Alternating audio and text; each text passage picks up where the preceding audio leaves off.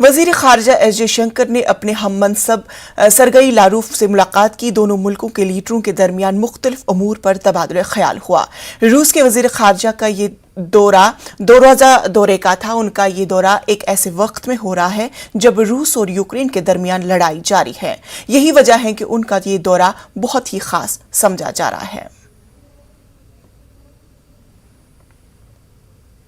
America ने हिंदुस्तान को खबरदार किया है कि हिंदुस्तान ये न सोचे कि अगर चीन LAC पर तातुल पैदा करता है तो रूस उसकी मदद करेगा। ये बातें अमेरिका के नायब कौमी सलामती के मुशीर ने कही है।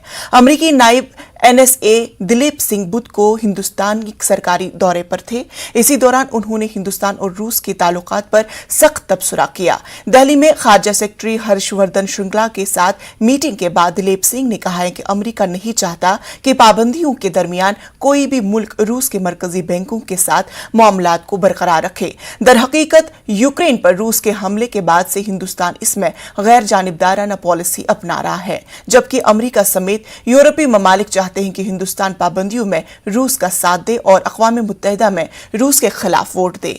बाइडन समेत तमाम लीडरों ने इस सिलसिले में PM मोदी से बातचीत भी की। अब जबकि रूसी वजीर खारजा सरगई लारूफ दिल्ली में है, वो PM मोदी से मुलाकात करने वाले हैं, जहां रूसी यूक्रेन जंग के अलावा तिजारत पर भी बातचीत हो सकती है।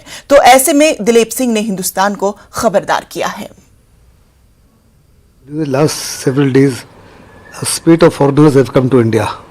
Firstly, Wang Yi of China, thereafter Lavrov of Russia, then the US National Security Advisor Dileep Singh, and the British Foreign Secretary Elizabeth Truss, each with their own agendas. India is unlikely to bend. India has absolutely and totally demonstrated that